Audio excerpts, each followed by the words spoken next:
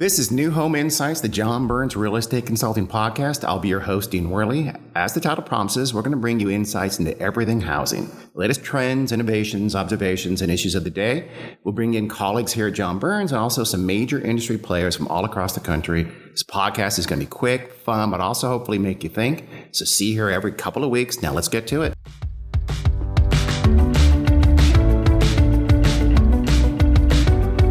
Hey, welcome to New Home Insights with John Burns Real Estate Consulting. I'm your host, Dean Worley.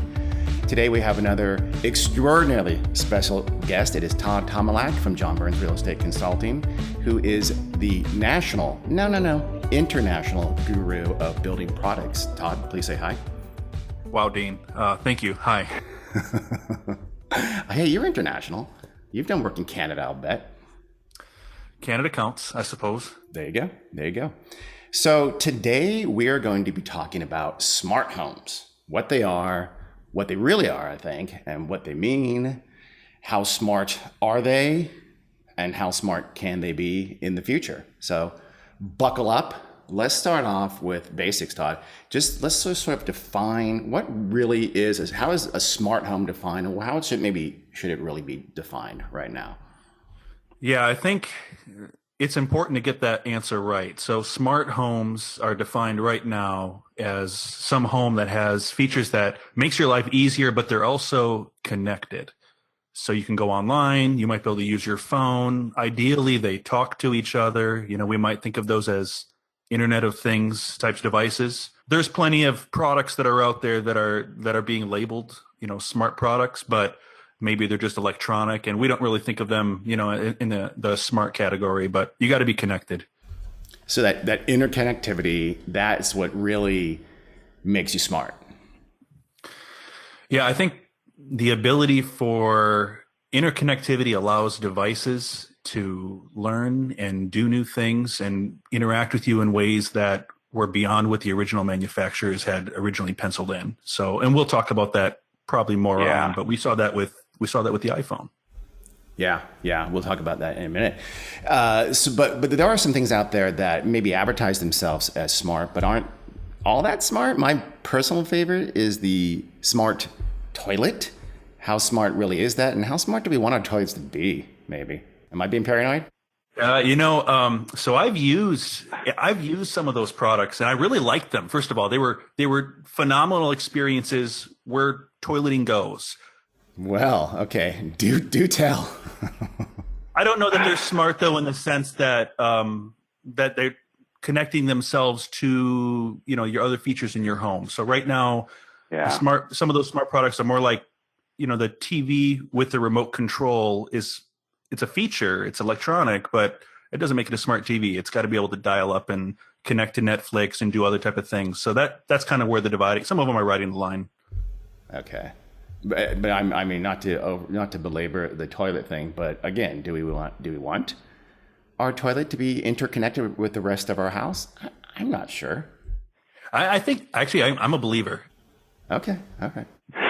We can talk about why, but I think the opportunity in the future, or maybe there's something there. It's not there now, but who knows? I see. Okay. Well, okay. I think at some point in this conversation, by the way, you're going to scare me. I'm just going to warn you ahead of time. How about this idea of, how does a new smart device related to the home become accepted? What's the process or the timeline for something to break into that smart home environment? So when we look at major breakthroughs in technology, so the internet, microwaves, things like that, we typically see the same shape happen, and some consultants will refer to that as the S-curve of adoption, where there's this very slow adoption, and then you get to about 20% of households that have this in their home, and then there's this fairly rapid growth once you get to 20% to about 80% adoption. That's where high-speed internet is today, is 80% adoption. Okay.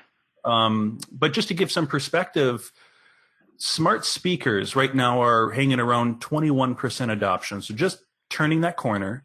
And if we rewind and look at some of the other, big breakthrough products that we've adopted and now they're part of our life, microwaves took about 10 years to go from 20% to 80%. Mobile phones, you're looking at about 11 years. Tablets, we're not quite there yet, but that's about 12 years. So let's say it's about a 12-year average. Internet was a little bit longer. So that means that we're probably about, with smart technology, where we were with microwaves in the early 80s. Wow. Yeah, yeah. You don't think that microwaves took that long. If that, that it seems like they're there, and then everyone had one.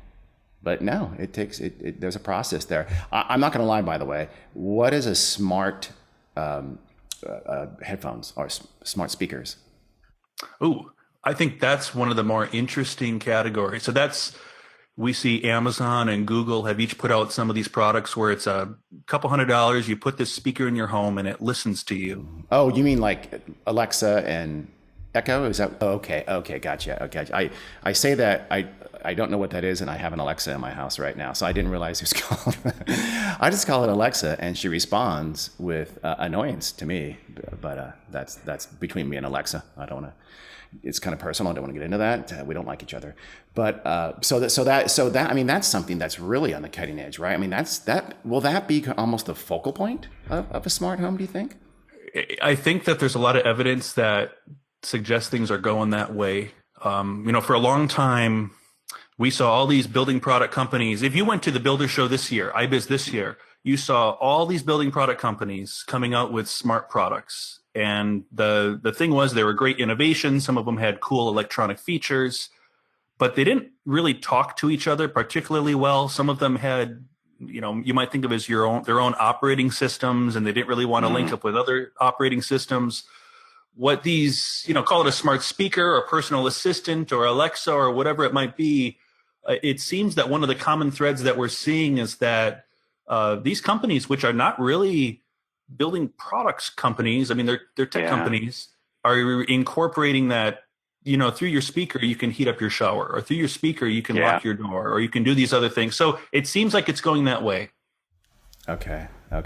That'll be interesting. Well, let's talk about that more in a minute in terms of control. But first, let's talk about what do you see as some of those smart features that really are things that proverbially people will pay for? In other words, I'm sure there's tons of stuff out there that sounds neat, but I'm not going to pay for it. Or what do you think out there is really going to become, or is already, kind of those bread and butter that people will put some money down for? Yeah. So we're seeing some of that already happen. Here's a couple examples. So there are smart remote controlled thermostats where you can set the temp from your Alexa or from your phone or from someplace far away. When we have our huge survey of new home shoppers, 60% of new home shoppers say that they would spend extra to get one of those thermostats in their home. That's huge. I mean, to put it in perspective, if we ask the same question, same group of people, these are active new home shoppers, about 70% say that they'll pay extra for an oversized kitchen. And I don't think that we think of as an oversized kitchen as this, exotic, who'd have thought, type product in the home. It's pretty accepted. It's pretty standard. It's just their budget. So yeah, I mean, the fact that almost that many are saying that they're going to pay that for thermostats. And we see similar things for like heating and cooling management. It's almost 60%, slightly less. Locks, the smart locks and security, which most of those new smart homes claim to have, they're really easy to retrofit. The number one group of all the consumers that are shopping that wants to put those in is seniors. They're they're the most willing to pay the extra. So, and that's not usually the group you think of as being the early adopters, but not the case. When it comes to security, that's, they're doing it. So. Tell our listeners what a smart lock does for folks. Yeah. So a smart lock, mechanically, the insides probably don't look any different than a regular lock, but how you open it is you could drive up to your home. As you approach your home, the lock senses that you or someone else is there. It opens. So it's there for you when you leave. And if you forget to lock your door, it knows that you left and it locked it for you. And what's really nice about it is that, let's say you have a contractor coming or someone else visiting the home and you really don't want to give them a key, but you want to let them in one time. There are some locks out there that you can send them to their phone, a passcode, and it pushes you a notification that, hey, Uncle Ted has entered your house and he's there to water, to feed and water your cat. And when he leaves, if you don't feel comfortable with Uncle Ted being in your home, then you can say, well, we'll let that key go away. I don't I don't want Uncle Ted in my home at any time, not even once. I think most people would agree with me if they know Uncle Ted. So, but wouldn't that be embarrassing though, Uncle Ted says, "Hey, I came by again and you locked me out. What's going on?" That could be awkward. So I don't know. What's interesting about the security? So of the categories we ask about in our sorry, in our survey, about 3 out of 4 buyers say, yeah, they'll pay extra for some sort of wireless security system. Wow, so that's pretty that's huge. Okay, yeah. That's now okay. Not to be, I told you I was going to get paranoid, but do you get any sense from consumers? I mean, that could be, this is something that unlocks the door. Could that be mimicked? Is that a security concern with some folks? Yeah. So my wife and I just had this exact conversation because we were thinking about putting in, and we're trying to choose which lock we wanted to put in our house. And I imagine that there's some, if you have some Russian hacker that's that skilled that can break into anything, then yeah, okay, maybe. But if you're really worried about Uncle Ted, who already has a key to your house anyways, because he's come by several times, what's your worry? And I think that's probably the way to think through that like anything else, it can be hacked, but so can mechanical locks. It's just a choice of, I'd like the push notification that tells me that someone went into my home, or that my kids are home safe, or that type of thing. Gotcha. Yeah, you're right. That's a good idea. So if it was just you who went, so in other words, you walk in your home, it's going to tell you someone just walked in your home. It's you, and you're good to go. If it's not you, then you call the police and get Uncle Ted put back in prison where he belongs. How about in terms of, you mentioned that smart lock is a fairly easy thing to retrofit. So what does smart homes mean for new homes specifically? Does it give this advantage to new homes? Because I tell a lot of clients you need to keep innovating, because that's what separates, like ceiling heights became 8 foot to 9 foot, and the resale folks, they can't compete with that. Will smart devices give that kind of advantage to new homes, you think? Well, it's funny that you say that. I mean, the potential is definitely there, because when you're building a new home, you can put anything in. You can put in, a electronic thermostatic valve that can be controlled by Alexa. That's hard to retrofit. That said, when we look at the big builders that are building smart homes today, a lot of the products that they're choosing to put in are products that are pretty easy to retrofit. The lock, you don't have to have any mechanical skill. You can install that smart lock in probably 20 minutes. I would take an hour. My wife could do it in 20 minutes. I would ask my wife to do it in 20 minutes, but go ahead. But we see that trend, that a lot, it seems like the smart features that some of the new home builders are putting in are some of the easiest retrofit ones, but it doesn't have to be that way. There's a lot of products out there that are, within the wall, a lot harder to install. If the builders are thoughtful about it, the opportunity is to make those products smart, which is, think about how much harder it is to tear out your plumbing and to install a smart valve inside the wall than to, do something that's like a bulb or a lock or something that's very easy to do. Anything else that stands out? That's a good point. So smart valve, something internal. Anything else that stands out as something that would be hard to retrofit?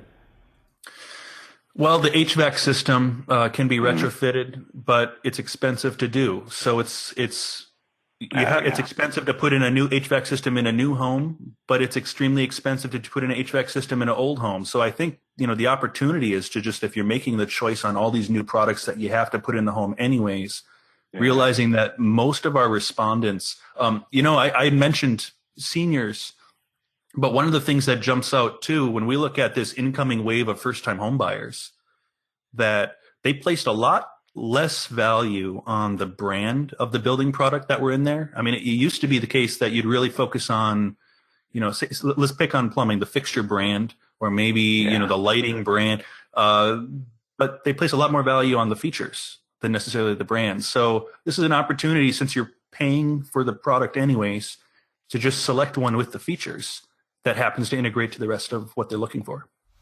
So maybe it's what the new home builders need to focus on is just sort of having as many systems as possible are smart and interconnected when that buyer first walks in the door. Because the more you got going, the less likely they'll be able, a resale environment will be able to retrofit multiple systems within a home to be as smart as a new home is. Is that possible?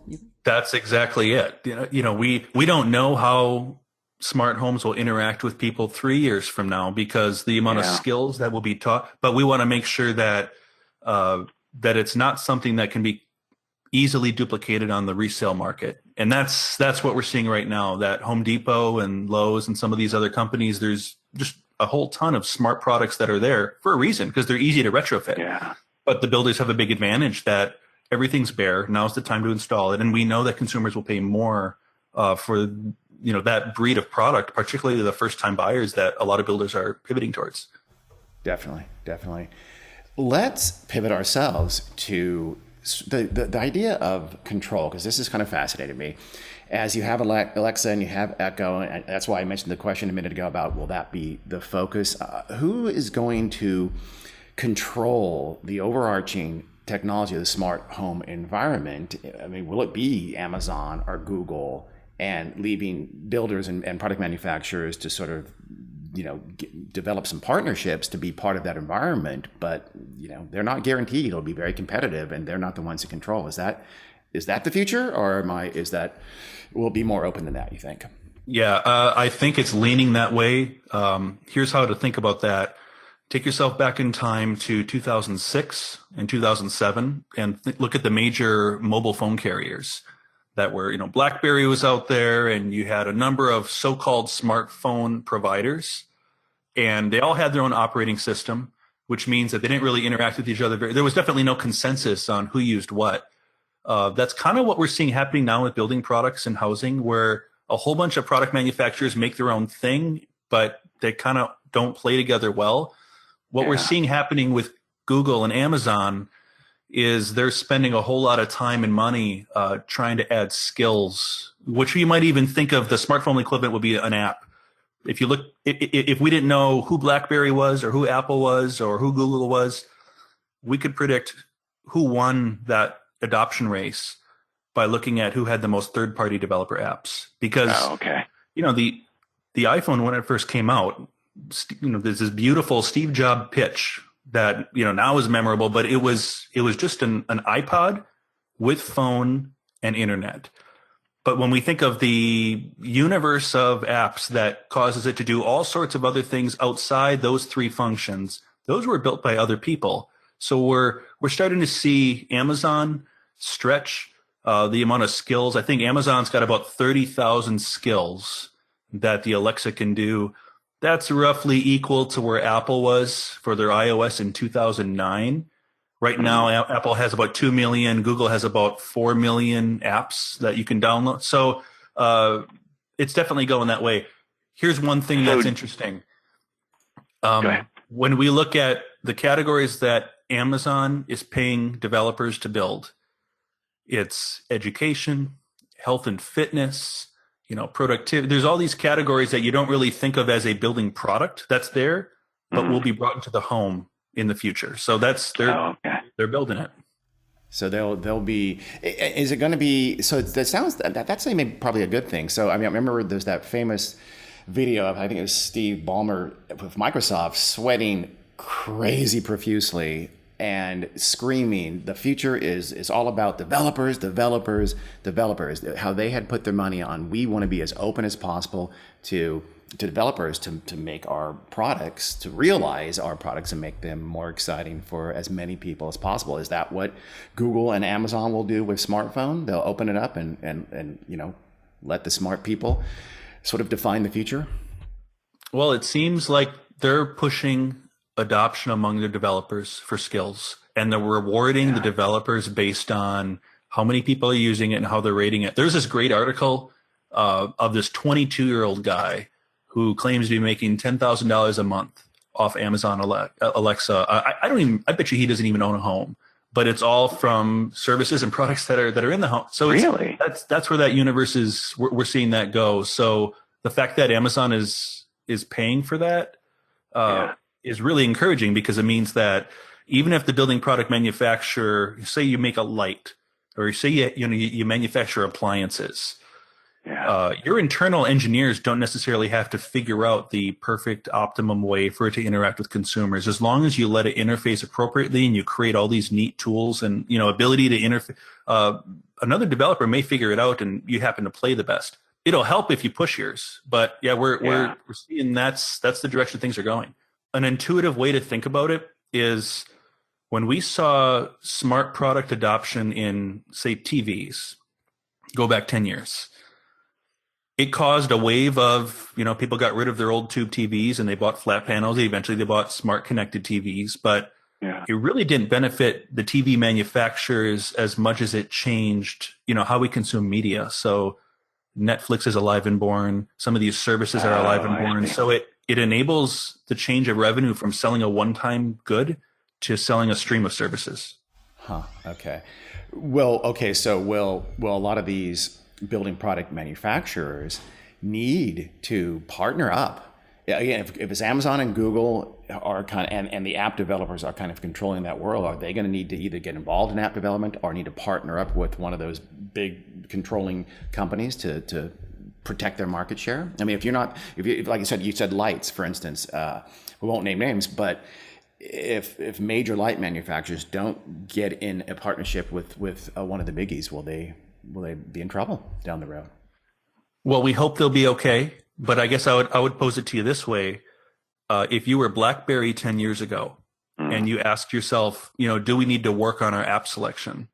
The answer is really obvious, that's the only way to survive. They have great hardware, phenomenal hardware that, some engineers might say is better than the competitors, but, where are they? And I guess I would even point to, using that same analogy for the builders, that, which of us would go to a cell phone store and purchase a unit that didn't have the ability to be connected and didn't have the ability to have the apps. We're seeing that. Yeah. The ability to stay up to date is going to be just critical. So it's going to be universal. I mean, we're not too far where it's not so much the smartphone the smart home is setting you apart as a builder. Is you better have the smart home or you're non-existent. Well, if we follow the same adoption curve, 10 to 12 years from now, we'll be at, can you imagine building a home that has any other 80% adoption category and trying to sell it without high-speed internet? Or say we don't offer microwaves, or we don't offer washers and dryers. That's where it will be, because we've just turned the corner at 20% and adoption's growing rapidly. We're at where Apple was in 2009. That's a great analogy, actually. So, okay, so let's look in your crystal ball. And where do you see smart technology going in the future? Is there something else you see it going? Anything on the horizon that you see changing what we think of as smart homes? It's interesting because your home is your most personal place. Think about this wave of aging consumers. John and Chris, our demographer, have done a whole lot of work on seeing this over the next 10 years. This enormous wave of senior buyers. Healthcare is not going to become irrelevant, and you have the opportunity here for it to be the most comfortable, least disruptive experience, all from your home, if the tech can catch up. And then other things we think about, like entertainment, and I had mentioned education and food and drink. These are the segments that Amazon is incentivizing developers right now to write the skills for. So eventually, assuming that any one of these developers does a good job, we're going to see connectivity go that way, and then it's just a matter of getting the products in the home. The apps tend to point the way towards how the product gets used. When I think about how you interact with your phone, it's integrated. It's so part of your life because someone came up with the social media, feature of the phone. It wasn't the tech, and that's where we're seeing that investment begin to move on the new homes. Well, when I can go on the app on my way home and have my home pour me a delicious ice cold IPA, so it's there when I get there, then I'll be impressed. I'm with you. It's funny, at the last Builder show, there was one of the booths that I was especially entertained by, showed a Tesla. And they had a feature in the Tesla that as you're driving in your car, you push the button and it prepares a cappuccino for you so that when you arrive. So, cappuccino's not far away from IPA. We'll get there. It prepares a cappuccino for you, or, lights up a blunt for Elon Musk. I'm just kidding, Elon. So, well, this has been a delight, Todd. This has been eye-opening in some ways. I think, you know what? I think you've walked me off the edge a little bit with my innate paranoia about smart homes. I feel a little better about them. I like your analogy about the security. It's just these things can be done analog as much as they can be done technologically. It's just a transition more than it is a radical change. Well, thanks, Todd. I appreciate that. I'm going to do a quick recap. Todd talked about smart homes and features, and that basically a smart home is something that makes your life easier, but is also interconnected. That interconnectivity is critical. It allows devices to learn and do new things. Some of the major tech breakthroughs throughout history have followed this kind of S-curve adoption process, and smart homes are at the beginning of that. The 20% usage rate that typically is followed by an explosion in adoption afterwards, up to about 80%. People will pay for things like smart thermostats, heating and cooling management, and smart locks. Smart tech is going to need to get better at talking to each other, and things like the smart speaker, like Alexa or Echo, are likely to be the focus of that connectivity. We have some smart home innovation is going to be critical for new home builders to maintain that difference with resales and be smarter and be more connected and be more holistic in their smart systems, because that's going to be hard to match in the resale environment. And then we talked about how Google and Amazon are likely going to be kind of more or less in charge of the overall smart home environment, and it'll focus on things like education and health and fitness and entertainment and pouring drinks into the future. Todd, thank you very much. Thank you, Dean. Until next time, please join us in a couple of weeks. We'll see you then.